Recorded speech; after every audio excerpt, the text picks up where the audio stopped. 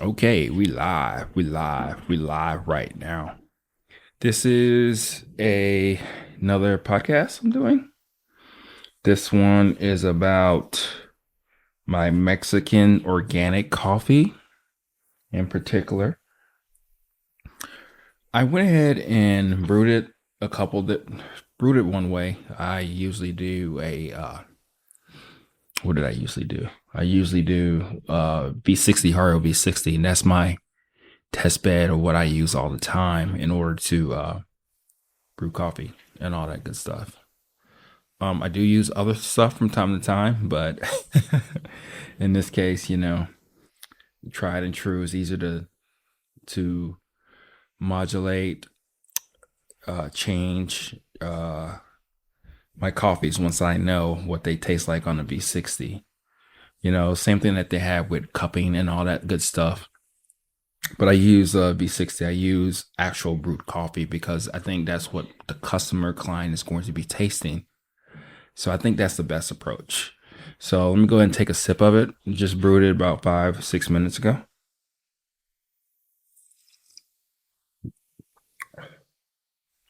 Okay.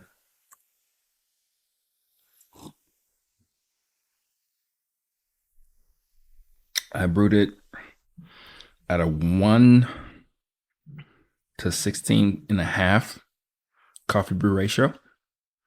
So that's actually relatively high. I don't know which way you look at it. It's either high or low, but I usually go for a 1 to 15 strength level. So that's 116, 117. So that's kind of weak for me, but I did that purposely so I can see what it tastes like at a weaker TDS. And it should be about 1.3. We'll go ahead and test that out too. I went ahead and took another sample for my refractometer, so we'll go ahead and test that out too. So this is a Mexican organic coffee.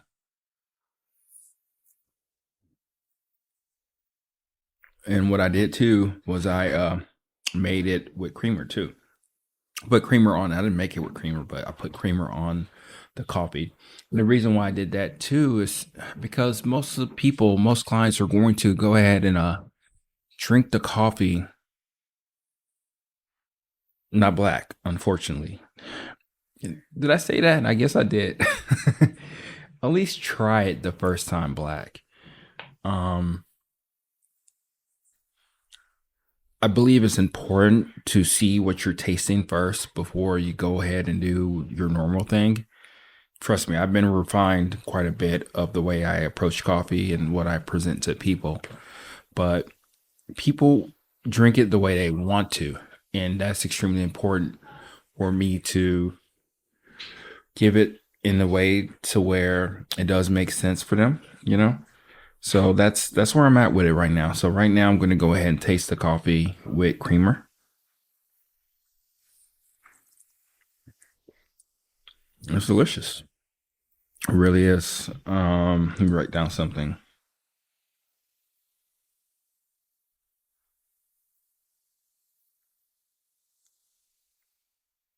Okay, there we go. May have some outside noise, but that's okay. Everybody's in the house doing their thing. So the thing about coffee or understanding coffee to me is like, what does it really taste like, right? What are people actually used to drinking it with, and how they're going about it? It's not so much that the method matters, but it does matter because that's how one it can be promoted so to people, but also in a way to where it does make sense to them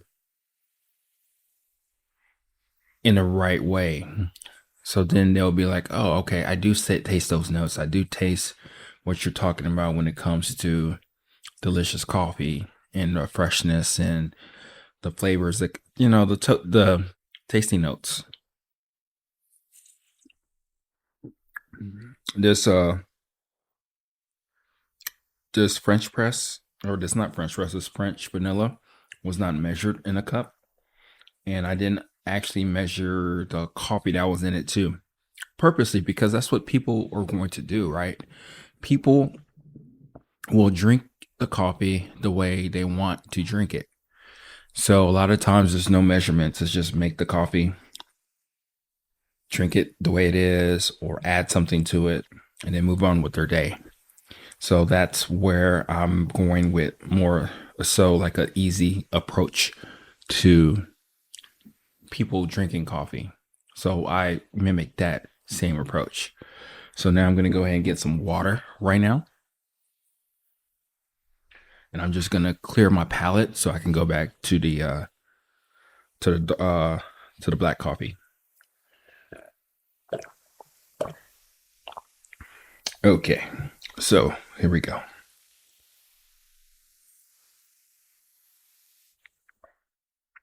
And again, I usually drink like a 1 to 15 ratio.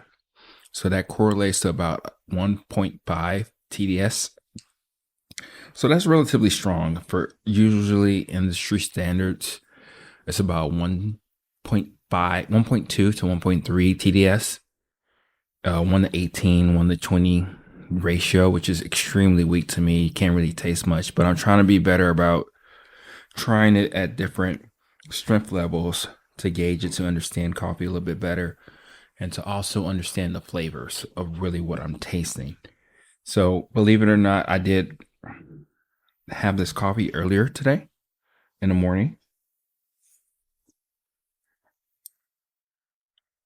I roasted it about four days ago.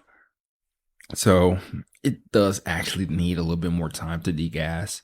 But let's go ahead and talk about it right now. Let's talk about what I'm tasting. I'm tasting, it does have a strong classic type of coffee flavor in the front. And that's what you taste first. But then immediately after that, there's some acidity on it, some more or so lemon acidity. It is pronounced. It is there actually on the aftertaste.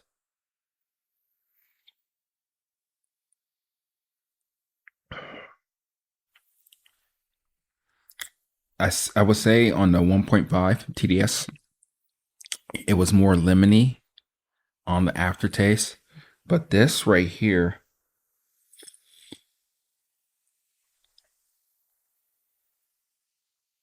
there's a little bit of sweetness coming through actually, which is really cool.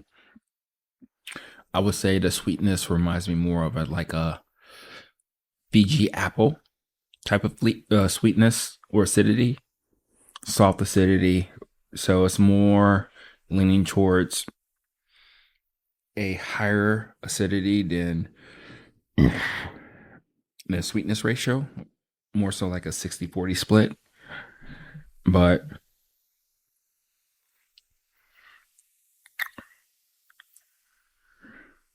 it's really good. It's nice balance.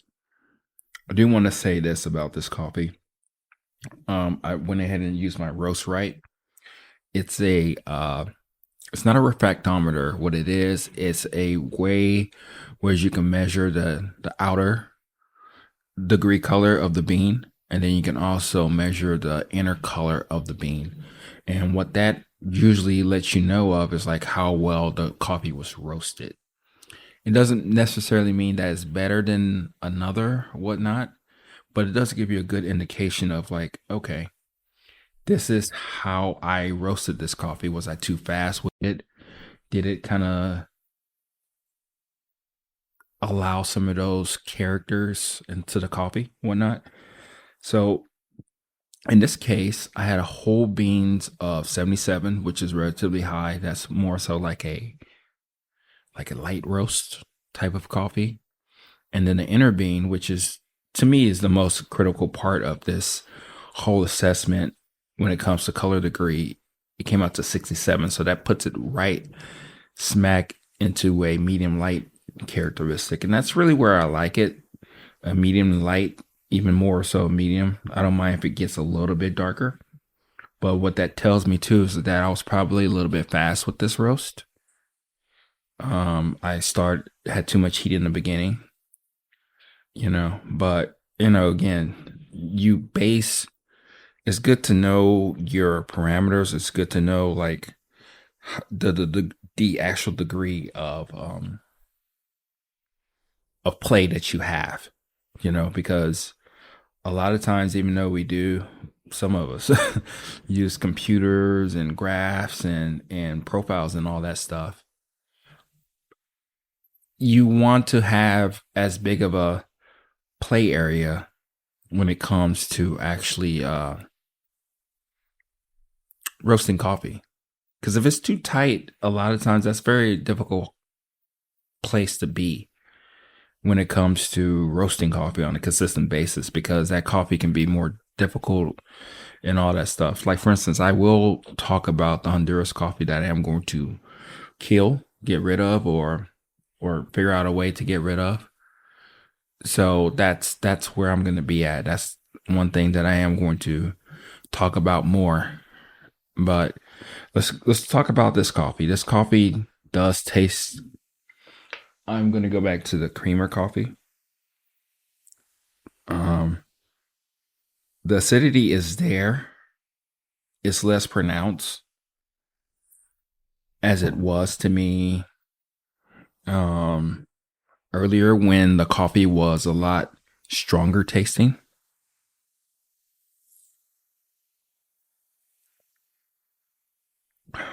But this creamer coffee, it works no matter what. That's one thing I do want to talk about in a future episode, is the coffee creamer dilemma. Because I think it is a dilemma, or it's just another way, a different approach of where you want to come with things. Because people mostly do, I would say, a 60-70 split of people having coffee with additives. And again, it's not derogatory, it's not bad. It's just that that's just the truth. That is the reality of the nature. And once you know that, then that's how you can better go about providing people something of what they like. This is a French vanilla creamer. We usually get French vanilla, Cold Stone, and then I think caramel macchiato as our creamers. Sometimes I would do like a cream for my espresso based milk drinks. If I'm doing, one of my favorite drinks to do, no matter what, is like a macchiato. I love the macchiato. It's short, it's perfect, good size, and all that good stuff. So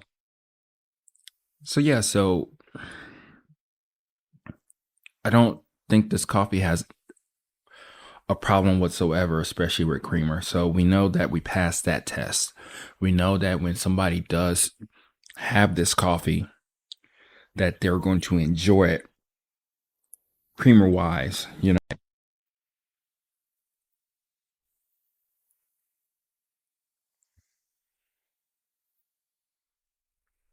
and they're going to enjoy it creamer wise, right?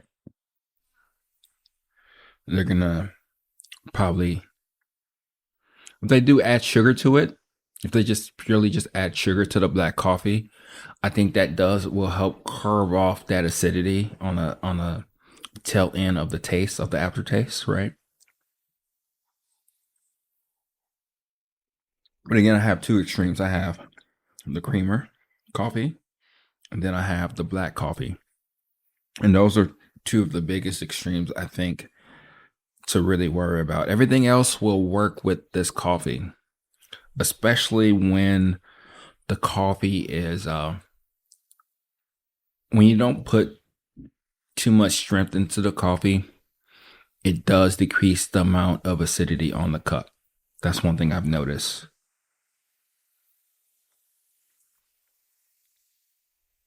All right. Drinking water again. And this is a organic Mexican coffee that I got sometime last year. And it's been working out pretty well. To me, it was relatively high on the cost. Let me go get a cloth to clean this out so I can do the TDS measurement.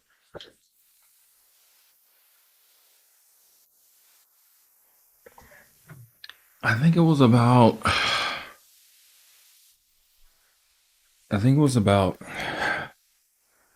$3 and $0.45. $3.50.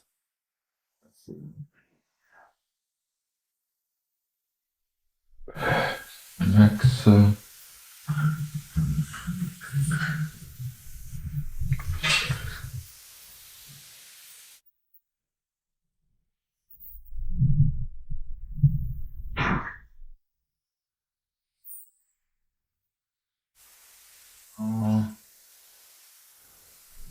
let's see.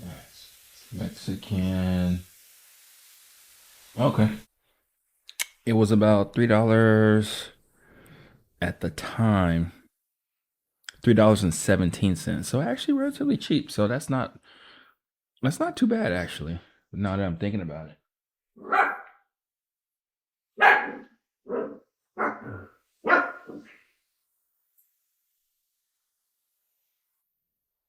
Come here. Come here a little bit. Come here, doggy. She don't want to play with you. You want to come here? Come here. You peed everywhere? Hmm? Okay. So yes, $3.17. A little bit more than what I usually pay, especially for the Brazilian. So just trying to be a little more transparent about like how much I pay for like a big bag of coffee. It's about like last year, I believe. Yeah, like last year. And I think to an extent, this Brazilian and also, I mean, this Mexican and the Brazilian, they're kind of competing with each other. They're cannibalizing each other. So they're very similar tastes. To me, it has more of a classic type of coffee taste. So chocolate notes. And in this case, it's exactly like the Brazilian too, is it does have some acidity onto it. More of a lemon type of acidity onto this coffee. So let me see. Let's go ahead and taste it. Just cool down. And on the cool down, I'm getting a little bit more lemon acidity onto this coffee. It's coming in a lot more. And I'm okay with that.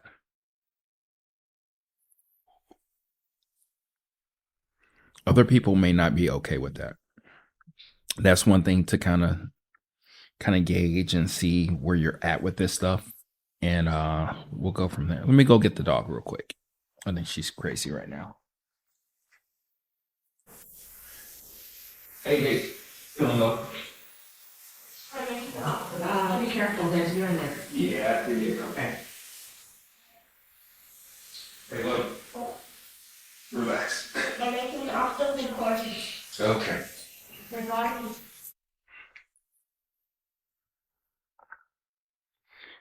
All right. So now, let's taste it again.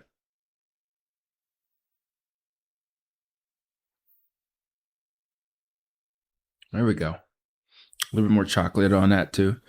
So a hint of lemon taste on this, and of course chocolate. What?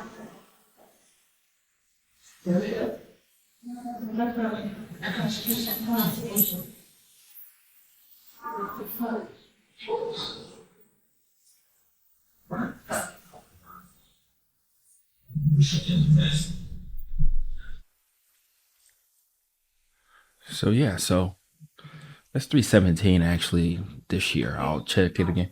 All right, could you please be quiet? I'm trying to do some stuff, okay? Make sure you take care of her, okay?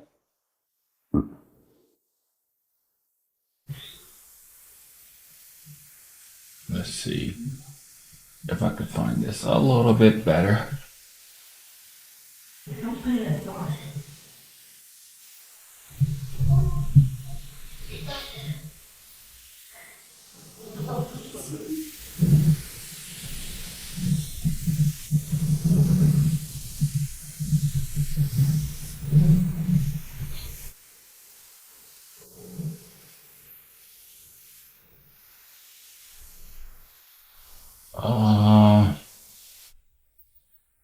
No, not That's not it. That's not what I want to look at.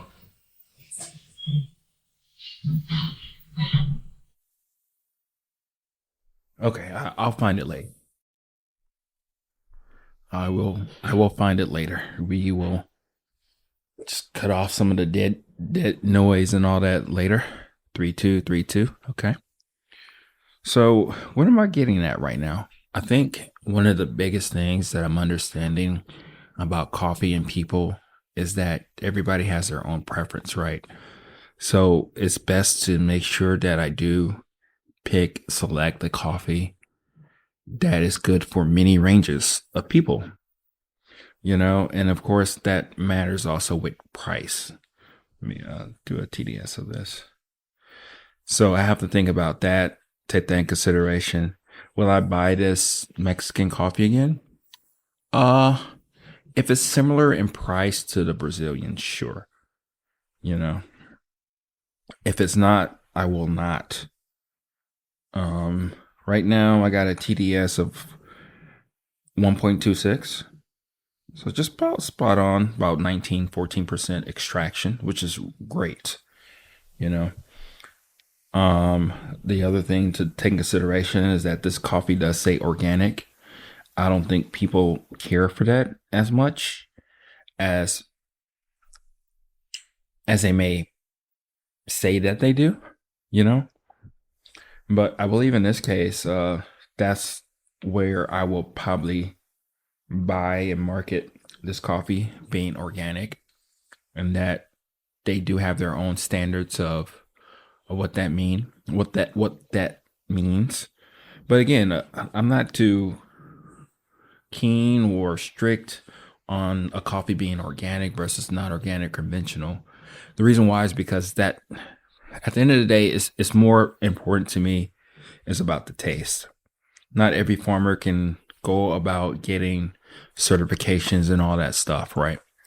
So it's best to understand where people are at, and then once you go from there, you can really gauge the coffee for if it's really good or not to you. Would you taste the organicness of that coffee if that makes sense to you? Most of the time, you don't.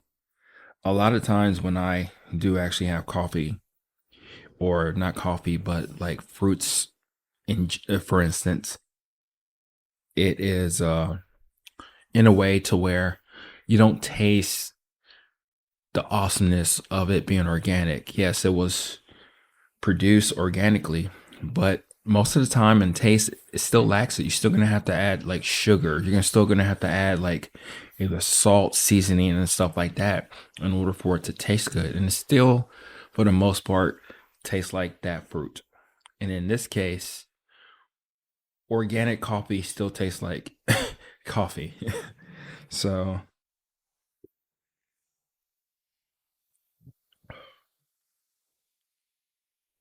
so when is the best time to have this coffee? I actually got a little buzz right now, mainly because I don't usually don't drink coffee like this all the time. At this time, I think this is a great morning coffee.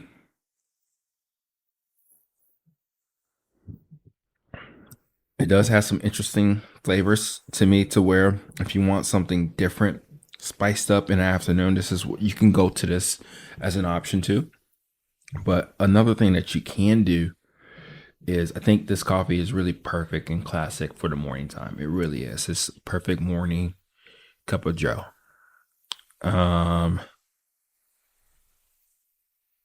we will probably try to play around with it being as an espresso, but I think the lemon flavor will come out even more so, and that may be uh, not what people would want in a coffee, right?